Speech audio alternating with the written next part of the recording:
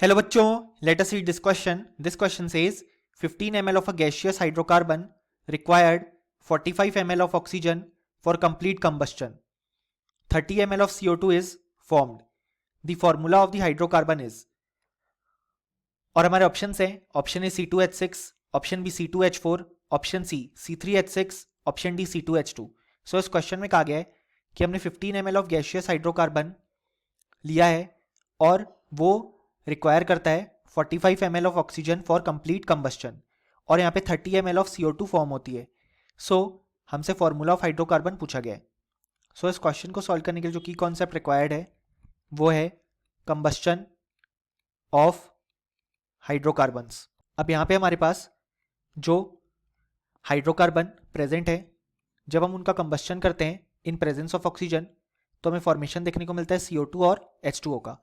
सो अगर हम option A देखें तो हमारे पास प्रेजेंट है C2H6. जब हम इसका कंबस्टन करेंगे विथ O2 तो हमें फॉर्मेशन देखने को मिलेगा CO2 और H2O का.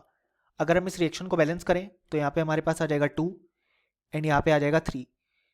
सो अगर हम यहाँ पे ऑक्सीजन को बैलेंस करें तो यहाँ पे आ जाएगा 7/2. अब यहाँ पे कंडीशन मेंशन नहीं है. सो हम जानते हैं कि हमारे पास जो गैसेस प्रेजेंट है यहाँ पे वो as an ideal gas act करेंगी. क्योंकि कंडीशन मेंशन नहीं है तो हम उन्हें आइडियल गैस की तरह ट्रीट करेंगे. सो आइडियल गैस के लिए हम PV = nRT अप्लाई कर सकते हैं. अब क्योंकि कुछ नहीं कहा गया है तो हम प्रेशर टेम्परेचर को कांस्टेंट ले सकते हैं और R already universal gas constant है. सो जो वॉल्यूम है वो डायरेक्टली प्रोपोर्शनल हो जाएगा नंबर ऑफ मोल्स के. यानी कि जो कैलकुलेशन हम नंबर ऑफ मोल्स के लिए बोलते हैं वो अब हम वॉल्यूम के लिए भी कर सकते हैं.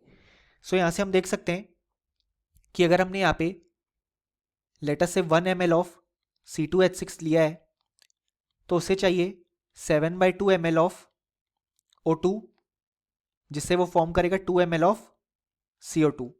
अब यहाँ पे क्वेश्चन में 15 ml हाइड्रोकार्बन की बात की गई है. सो अगर हम यहाँ पे 15 ml C2H6 लेंगे तो हमें रिक्वायर्ड होगा 7/2 multiplied by 15 ml of O2 by unitary method and 2 × 15 यानी कि 30 ml ऑफ CO2. सो यहाँ पे जो CO2 वाली कैलकुलेशन है वो तो करेक्ट आ रही है अकॉर्डिंग टू क्वेश्चन, बट यहाँ पे हम देख सकते हैं कि जो O2 की अमाउंट है वो डिफरेंट आ रही है और वो यहाँ पे आ रही है हमारे पास 52.5 ml, लेकिन क्वेश्चन में 45 ml गिवन है. सो इसलिए ऑप्शन ए जो है वो इनकरेक्ट हो जाएगा. अगर हम बात करें यहाँ पे ऑप्शन बी की तो ऑप्शन बी में हमारे पास प्रेजेंट है C2H4. सो जब इसका कंबस्टन होगा तो फॉर्म होगा CO2 और H2O.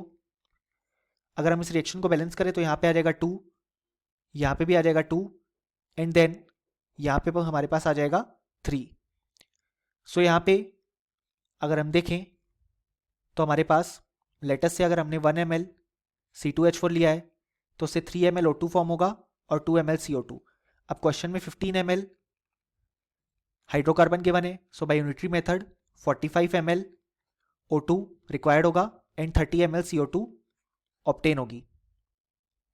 सो हम देख सकते हैं कि यहाँ पे हमारे पास जो ऑप्शन बी में हाइड्रोकार्बन गिवन है वो सारी कंडीशन को फॉलो करता है. सो ये बिल्कुल करेक्ट हो जाएगा. अगर हम देखें ऑप्शन सी तो वहाँ पे हमारे पास गिवन है C3H6. सो जब इसका कंबस्टन होगा हमारे पास यहाँ पे तो हमें फॉर्मेशन देखने को मिलेगा CO2 और H2O का. यहाँ पे 3 लिखेंगे तो ये कार्बन बैलेंस हो जाएंगे.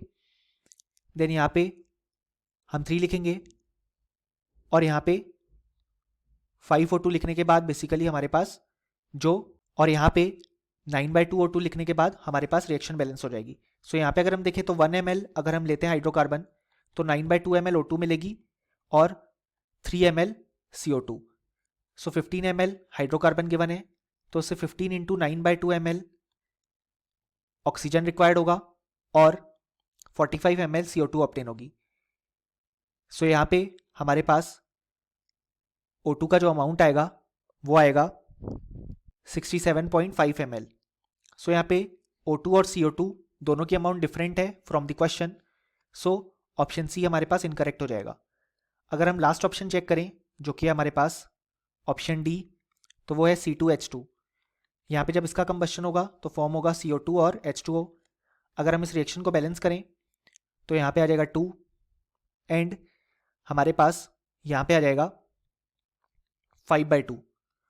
सो अगर हमने 1 ml C2H2 लिया है, सो 5/2 ml O2 रिक्वायर्ड है एंड 2 ml CO2 ऑब्टेन होगी by the stoichiometric coefficient. So 15 ml के लिए हमारे पास यहाँ पे 5/2 इंटू 15 ml O2 यानी कि ये हो जाएगा हमारे पास 37.5 ml और 30 ml CO2 ऑब्टेन होगी। सो यहाँ पे CO2 वाला पार्ट तो मैच करता है लेकिन O2 वाला पार्ट क्वेश्चन से मैच नहीं करता, इसलिए ऑप्शन डी भी हमारे पास इनकरेक्ट हो जाएगा।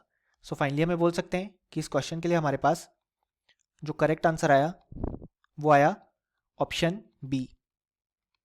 Hope you understood it well, best of luck.